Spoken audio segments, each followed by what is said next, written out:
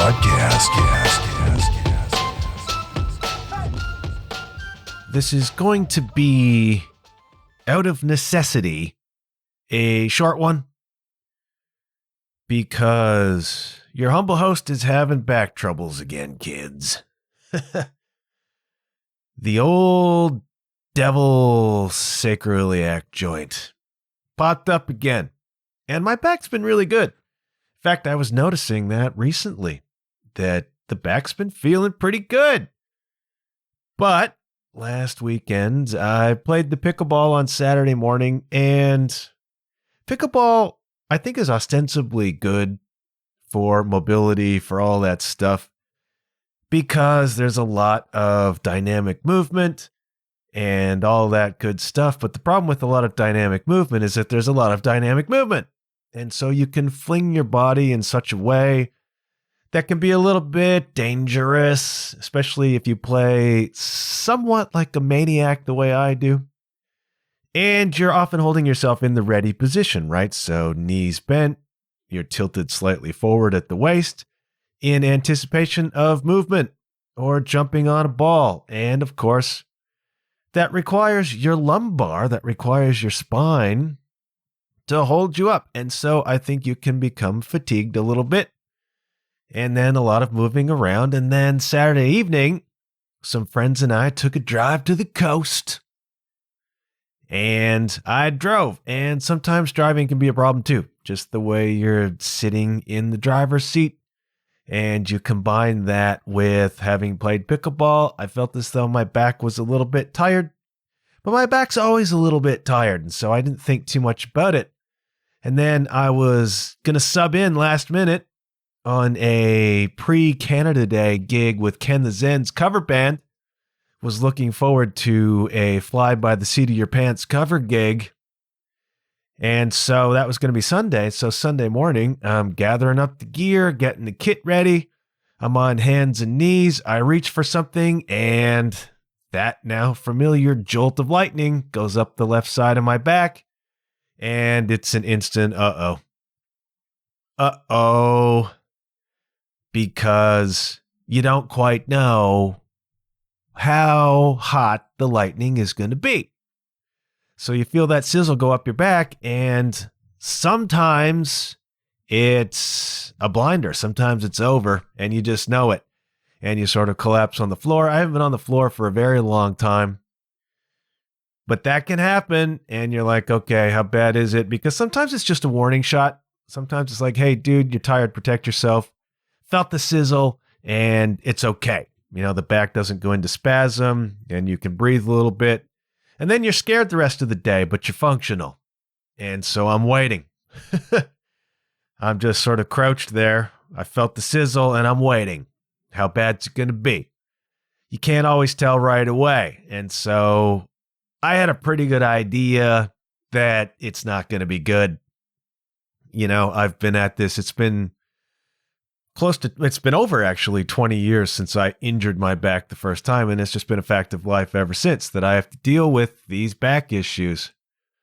And I haven't had a flare-up in quite a long time. You may recall a couple, maybe 2.5 years ago, I had a flare-up happen, and it went on for months. And then I started seeing a chiropractor, and that made a huge difference. But I can't get into a chiropractor because today's a friggin' holiday. It is Canada Day as I record this. And so I was in that position, not quite knowing how bad it is, and I was determined to keep going if I could. You know, I'm on a gig. I got to be there. I got to try to show up. And so I continued very gingerly, kind of hands and knees, gathering up gear. I texted Ken right away. I'm like, dude, we got a problem. The back went, but I'm going to try.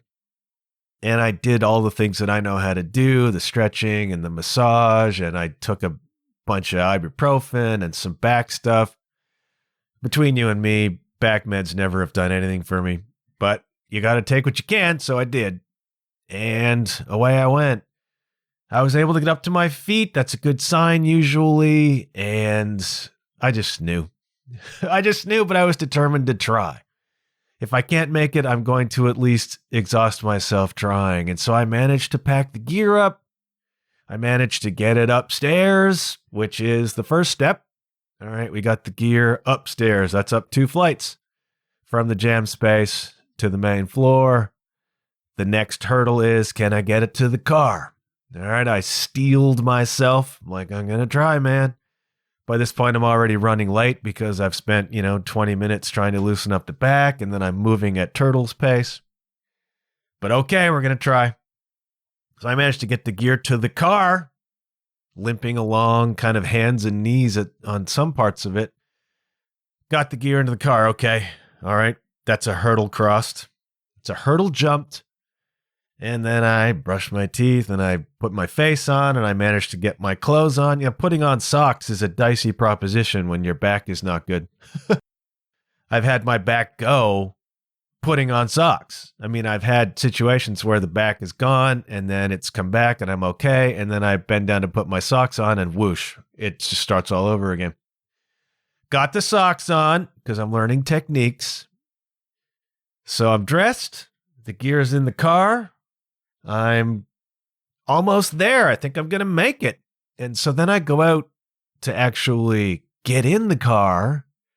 And that took like 15 seconds. Getting in the car took like 15 seconds. And then you realize you really do have a problem. It's like I managed to get in. That's cool. And then I'm in a sort of agony. Like I can't find a position. My back is screaming. I'm like hunched over. I'm not remotely in a driving position. I'm sort of stretched across the passenger seat and I'm stuck in there and I'm realizing, A, there's no way I can drive. It's just not going to happen. And the bigger problem is I don't know if I can get back out.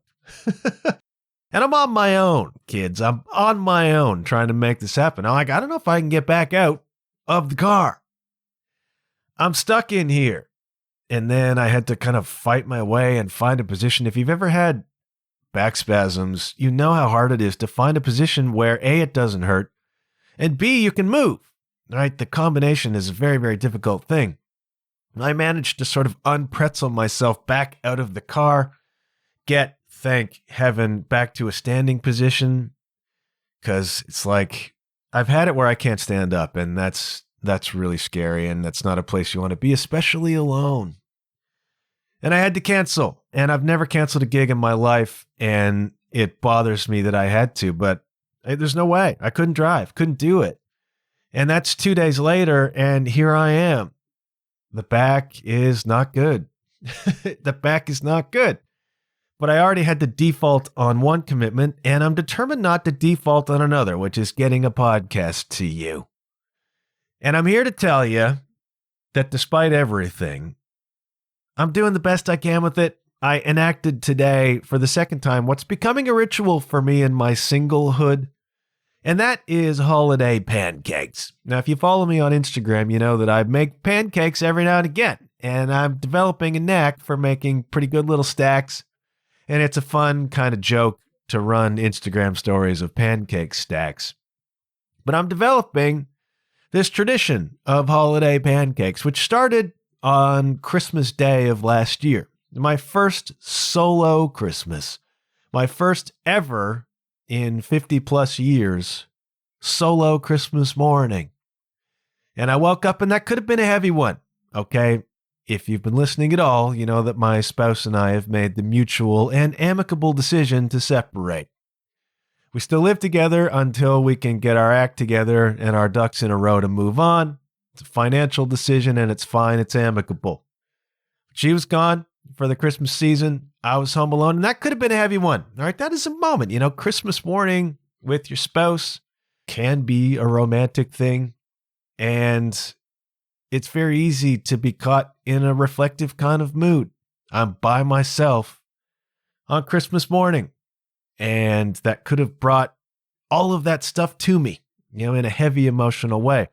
I'm alone. What's going on? Life is changing. At that point in time, if you listen to last week's episode, I outlined a little bit the phases of going through this over the past 10 months, from being initially in shock to where I am now, which is in a much better place. And the phases of going through that, well, Christmas time, I'm in a different weird kind of phase. And it could have been heavy, right? It could have been super duper heavy to be alone on Christmas morning and to realize that and to feel that and to lament and to be worried. And it could have been a bad one. But what I determined to do was try to make the best of it. And so I made myself pancakes and nice coffee, and I turned on Handel's Messiah on the CBC, and I had myself what turned out to be kind of a nice, quiet, reverent, yummy Christmas morning. And it was okay. And so we fast forward, 7 months to Canada Day, July 1st. And my spouse, my ex, my former spouse, my roommate, my pal, gone off to Canada Day events. And here I am alone on Canada Day morning now. And it's like, it's pancake time, baby.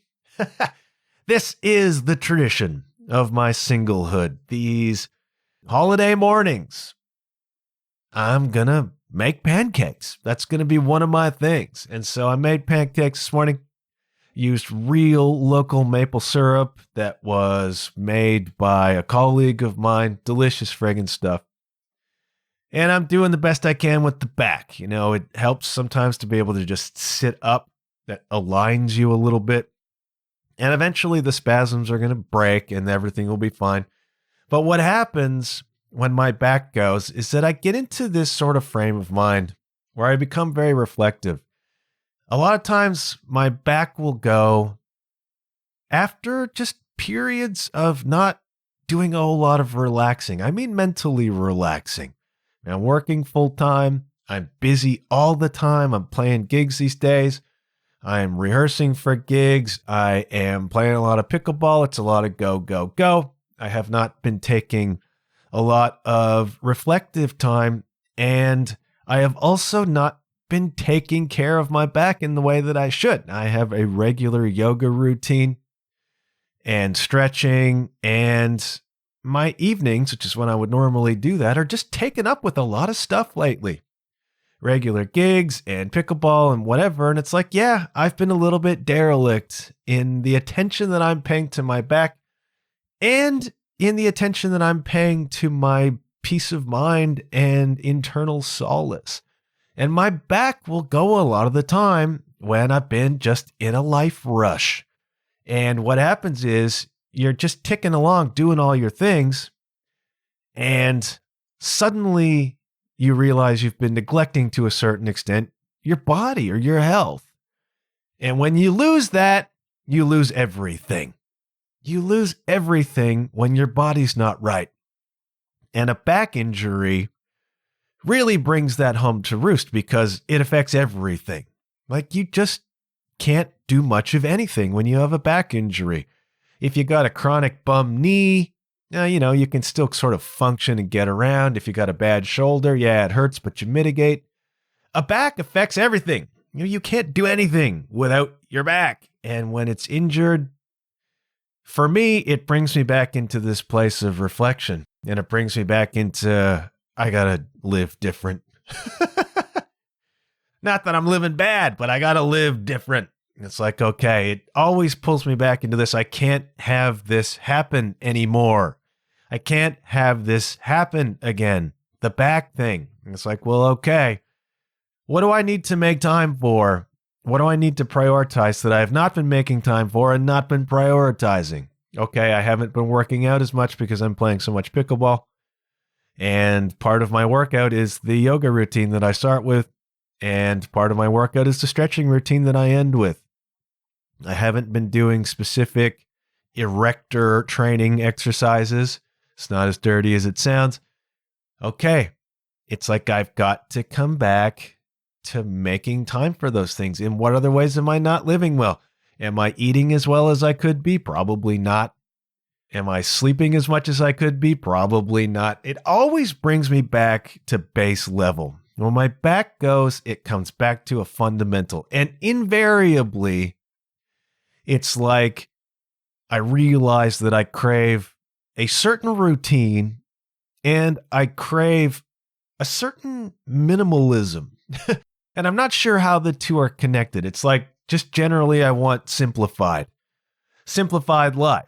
And so it's like, okay, I need to enact this routine again where I'm making sure that I'm getting my exercise, that I'm doing my stretching, that I'm doing my strengthening. I must resume that. I must prioritize that.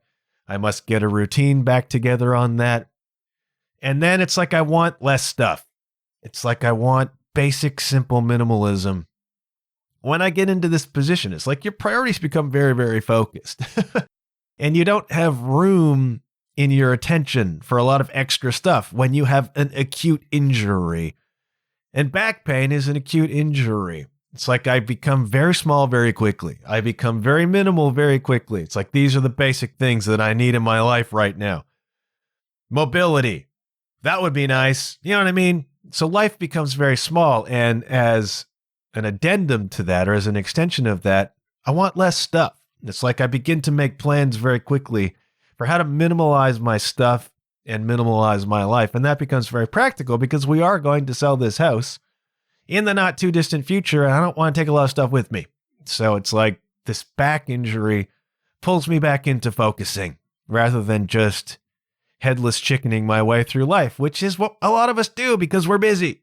We are busy with stuff. And when we get so wrapped up in stuff, even if it's good stuff, even if it's fun stuff, it's like your body or your mind in some way craves a step back and a reflection.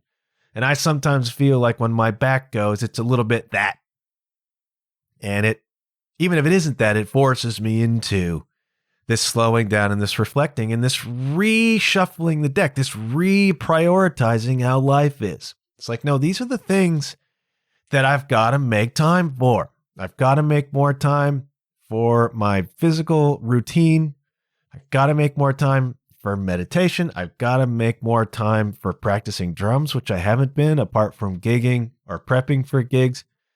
It's like there's stuff that I need to get back to. And it's when my back goes that I begin reflecting upon these things. It's almost like a penance. It's almost like I feel as though, and this is the legacy of my Christian upbringing, I feel like I'm being punished.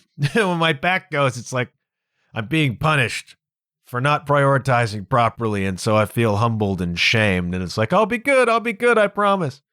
Something like that. And that's something for my therapist and I to work out because I think there's some dark psychology happening there. But all that adds up to, this is going to have to be a short one because I just can't sit up. Or I can't sit up for long and I don't have the energy. I mean, what happens is the back's in spasm. And if you can imagine flexing your bicep, now that's a spasm. You flex that and you hold it as hard as you can. Not quite as hard as you can, but you hold it firm for like 3 solid days. That muscle's going to be tired, okay? And if you can imagine my whole lower back kind of seized up that way, a bunch of the big muscles, piriformis, glutes, stuff is tensed up, man. And those are big, powerful muscles. And they get tired and they get sore. And then when the spasm finally breaks, and it will in a day or two, and I'll be mobile again, but I'll be exhausted. You know, living in pain is exhausting. Living in pain, mental, physical, spiritual, is exhausting. And that actually provides kind of a nice segue into what I really want to talk about here today. Provides a neat little segue that I wasn't intending. Because I got some feedback on the last episode where I talked about this process of separating. Where I was 10 months ago, where I am now. And how you may not even realize you're making progress, but you're making progress as you go through these difficult experiences. And you just begin by kind of holding on for dear life. And then eventually, as you get your wits about you, you begin to manage and then hopefully eventually thrive. But you don't recognize these stages happening as they are. And so it was my encouragement to just hang in, just hang in and realize that if you're doing your best and you're trying, you are making progress. And that resonated with some people out there. One of you wrote to me and said, just listen to the latest podcast. I am so proud of your courage in all of this. And here's the kicker. It helps me to keep going. It helps me to keep going. There are times regularly when I wonder about purpose. I wonder about purpose for this show because I struggle to be heard. I'd struggle for it to grow. I struggle a lot with, is there any value in this? Is there any great reason to keep doing it? And then once in a while, somebody hands me on a silver platter a great reason to keep doing it, which is it helps me to keep going. And then I realize that people out there who listen to this are going through it. And I found out yesterday, another of my friends, his long-term marriage is breaking up. Also amicable, and that's nice to see, but still so hard. Such a change, so difficult. And then two of my friends, their dogs died this week. Somebody else's mother-in-law died this week. And it's just like people are going through stuff, man. And I sometimes lose sight of that fact. And it's not hard to lose sight of that fact, especially if you live in the social media world where it just seems like everything's hunky-dory, except for politics. And then I realize as I look objectively around, well, people are going through stuff. People are going through stuff. And maybe this podcast provides a little bit of balm, a little bit of encouragement for people who are going through stuff. When they can see that your humble host is going through stuff. And it sucks and it's painful. And I've been very lucky. And my breakup has been amicable. My lower back is a problem, but it's for the most part not debilitating. I've been very lucky in the stuff that I've been asked to carry. Other people have it much worse, and I understand that, but it's like, maybe I can provide, to a certain extent, a little bit of encouragement, a little bit of an example. And I've been thinking about how you go through these things, and I've been thinking about how it is that I've managed to go through this as well as I have. It's not been flawless, it's not been perfect, but I really think, as I've talked about before, that so much of it comes down to the detachment. So much of it comes down to the letting go and to the surrendering into the situation. Where we get into pain is attachment. And so your marriage is breaking down and you're attached to that person. You're attached to who you are in that relationship. You're attached to the future that that relationship has represented to you.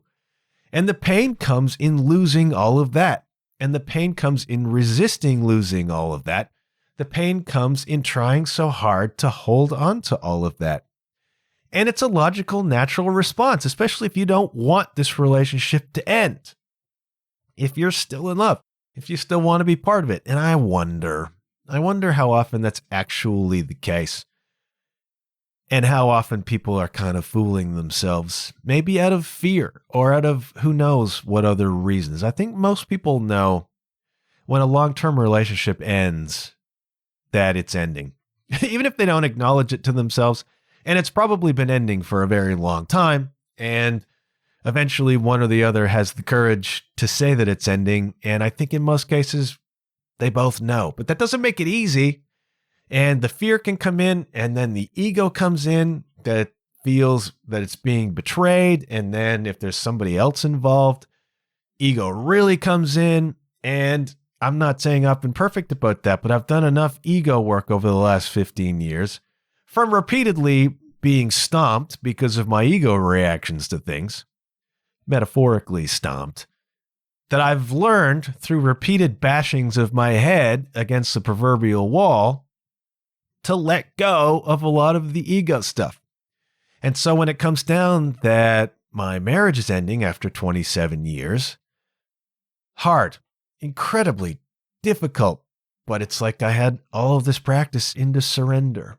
And what is the surrender? It is looking at the situation and being like, this is happening now for a reason. It's hurtful, it's painful, it's hard. I may or may not even want that, but it's happening. And resisting it is what's going to cause the most pain. And trying to fight it is going to cause the most pain. And so I found myself last July, August, faced with this prospect and initially in shock, but eventually leaning back into this surrender. The same surrender that I had to lean into with the anxiety back in 2020, where I just had to let go of the future. I had to let go of what I feared about the future and put my trust in. And this is where things get difficult for people. It's like, well, what do I put my trust in? I'm an atheist or whatever. It doesn't have to be religious, although it tends to be in a way, at least in its language, where people talk about faith and that sort of thing, which is difficult for me. It's difficult for me coming out of the evangelical world. A lot of those words are tainted for me. It's difficult. I've had to come up with my own sort of reckoning with that. The surrender is about just giving it up. It's like my marriage is over.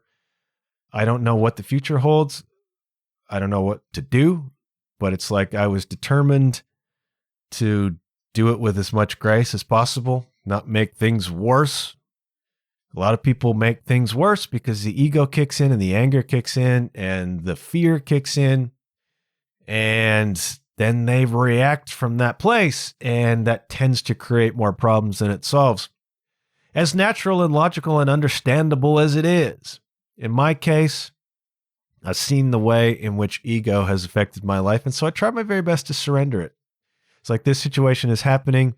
If it's happening now, there's got to be some good reason why it's happening now, and it hurts and it sucks and I'm afraid, and I'm going to try to give it up. And so from the very beginning, I had to lean into that surrender because I'd let go of a bit of that surrender too. Life begins to tick along again, and you're like, okay, all is well. And it's not till, people come to Christ in a foxhole, you know what I mean? When there's a crisis, people turn to whatever it is that's beyond. And I had lost a little bit of sight of that, and it pulled me back. Separation pulled me back. It's like I'm losing an identity. I'm losing a life. I'm losing a future. I don't know what to do. At the time, I was self-employed and not well. Houston, we have a problem. And the pain was real. And I practiced what I had been practicing for many years, which is just to surrender, to let it go, to embrace this situation. That's not always easy to do. You have a terminal illness, or your kid does, but it's like you can't change what you can't change. All you can do is try to respond in those circumstances with as much dignity and peace as you can muster. And that is not easy to do. That's often very, very difficult to do. But I tried to do it. And so over the course of the past year, I have leaned into the surrender, and that is really the starting point. And so if you are one of those people who find yourself in the midst of it now, whatever it may be, it's like, can you lean into that? Can you say, I can't control what I can't control? I can only control my reaction. I can only control my behavior. I can only muster some faith in whatever makes this all go around, that it's going to be okay, and that all of this has some reason or purpose behind it. I know that's, it's difficult for me to even say that because it feels so trite. Like somebody you love just got in a car accident and they're in a coma. That happened for a reason? Maybe not. Maybe not. Depends on the circumstances. But again, you can't control what you can't control. You can only control your reaction to it. And the pain is going to make you crazy. And the pain is going to make you want to lash out. And I get it. It's natural. I mean, emotion becomes overwhelming. And then for some people, it goes the other way. And they go into a kind of a coma of their own, an emotional coma, where they bury everything and they become, in a sense, non-responsive, non-emotional. And I have at times envied people like that, people who are super cool in a crisis. But eventually it comes out, I mean, that is a toxic thing you're pushing down inside you. And eventually that's going to burst as some sort of an explosion or a dis-ease. And, emotion has to be processed. And one of the best ways to do it is to surrender into it and let go of it. And so those who may be encouraged to keep going because they have heard me talking about keeping going despite my life falling apart, life as I knew it, the future as I knew it falling apart, the key to it all for me has been surrendering, even when it really hurt. even when I was really scared, and I have been, and at times I still am, surrendering into, okay, I can only control my reactions. And then you eventually evolve to a point where you get through the initial shock and you get through a lot of the initial fear and you realize you're still standing. Well, maybe not in my case. At this moment, you realize you're still here. You realize you have survived what would seem to be the worst of it. You did it. It's okay. All right. Maybe you're carrying some scars. What did Tyler Durden say? I don't want to die without any scars. And you're still here. And then you can begin to think forward, right? You can begin to think, well, what's the opportunity now? Right? You lost your job. What's the opportunity now? I know that's bloody scary too. And I know it's happening to a lot of people. I know somebody who lost a job within the past couple of weeks, to go with the people who lost pets and lost marriage and lost a parent. A lot of loss going on. And you deal with the initial trauma and then you realize you survived it. And then where's the opportunity? Where's the opportunity for you newly single person to move someplace or to try something else or whatever?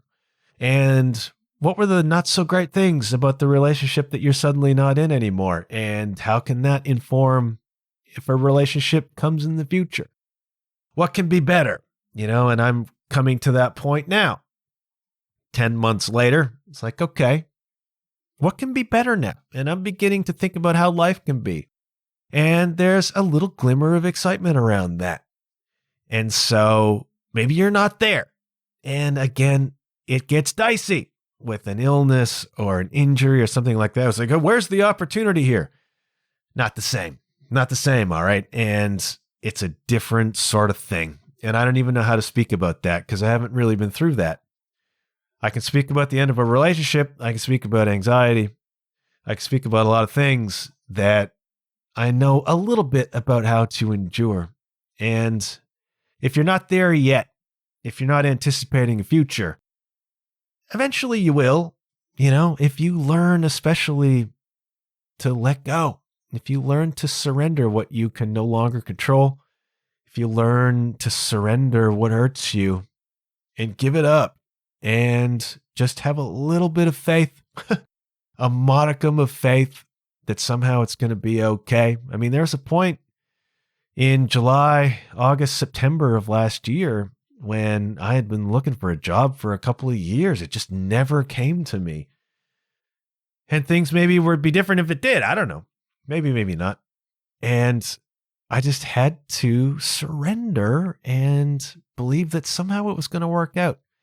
And then almost out of the blue, along came a job that I did get at the exact moment when I needed it. And it creates its own problems. It's a contract. It's not permanent. I don't know what the future holds. But it's like it showed up. What I have needed throughout this past 10 months has shown up. And I believe that whatever I need in the future will show up too. That can seem naive. And if it's not your bag, don't go that route. But I know that it's working for me.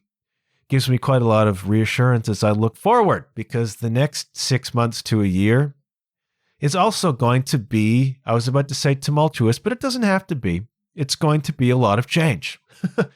It's going to be an enormous amount of change. And that's quite apart from politics.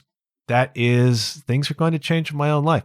I'm going to be stepping into a new version of my life, a new identity. And I don't know what or even where that's going to be. But I know it's going to work out. I know it's going to work out for the best. And I've had that proven to me over and over and over and over again. And the last 10 months have been a real proving ground for that. And so I'm holding on to it. And if this podcast is encouraging you to hold on as well, then that's a real value that I'm bringing, and I'm pleased to know it. Because I've said many times, I live in a vacuum. I podcast in a vacuum. I often don't hear from people. I don't even know, if a lot of people, well, I do know whether a lot of people are or aren't listening. And it's nice to hear a little bit of feedback that says, hey, by the way, you're helping. It's nice to know that I am. And one of the reasons that I share some of the personal stuff that I share on here is for that reason. One of the reasons I talk about anxiety so much is because I know a lot of you have it. And the temptation, especially with dudes, is to pretend we don't, right? To put on a brave face, to kind of staple on a brave face every morning and die a little bit inside every day and feel alone and feel like there's something wrong with us and like we should be tougher than this, Suck it up, princess. And somebody actually said that to me about anxiety.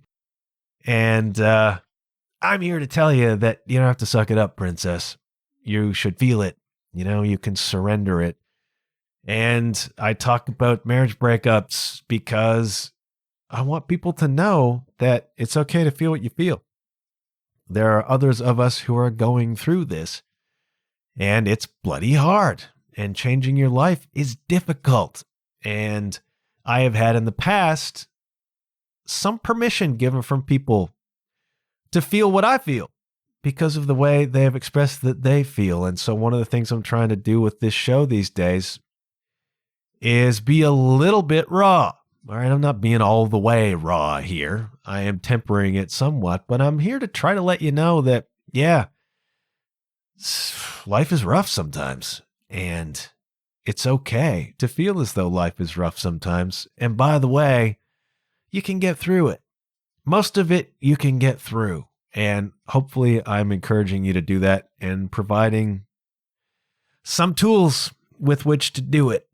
And my back is getting really tired. This is already longer than I intended it to be, but I got to talking, I'm going to cut it off because I got to go just rest before then I begin the editing process, which takes longer than actually recording. I hope you appreciate the sacrifice I'm making, what I'm putting on the line to deliver this week. Those of you who are struggling, hang in, recognize the phases, and try your best to surrender. Those of you who are not, try to pay attention to those who are and provide a helping hand or a word of encouragement if you can. Thank you ever so much for listening to this week's podcast. I shall return next week, hopefully with my back in shape, and it better be because I got a pickleball tournament coming. My first pickleball tournament is coming, and I want to be in tip-top shape for it. I was talking earlier about taking a drive to the coast. It reminds me of a song by Future Islands called Hit the Coast, which is one of my favorite Future Islands songs. If you haven't listened to Future Islands, they're an interesting band, and I'm not going to talk much about them because I can't. Kind of a synth pop band from the States, really, really popular. Another one of these bands like the War on Drugs that has a huge following without having any radio songs at all. Very, very weird, and I don't know how that happens, but it's bass, keyboard, drummer, and singer. I've talked about them before on the show. Really cool song called Hit the Coast. So if you're looking for some light listening this week, go check out Future Islands, Hit the Coast. Great band, great song. That's all I got for you right now because I'm about to crumble. Thank you for listening. Remember that good things do happen when you put yourself out there. And hey, kids, I'll check you later. Yeah.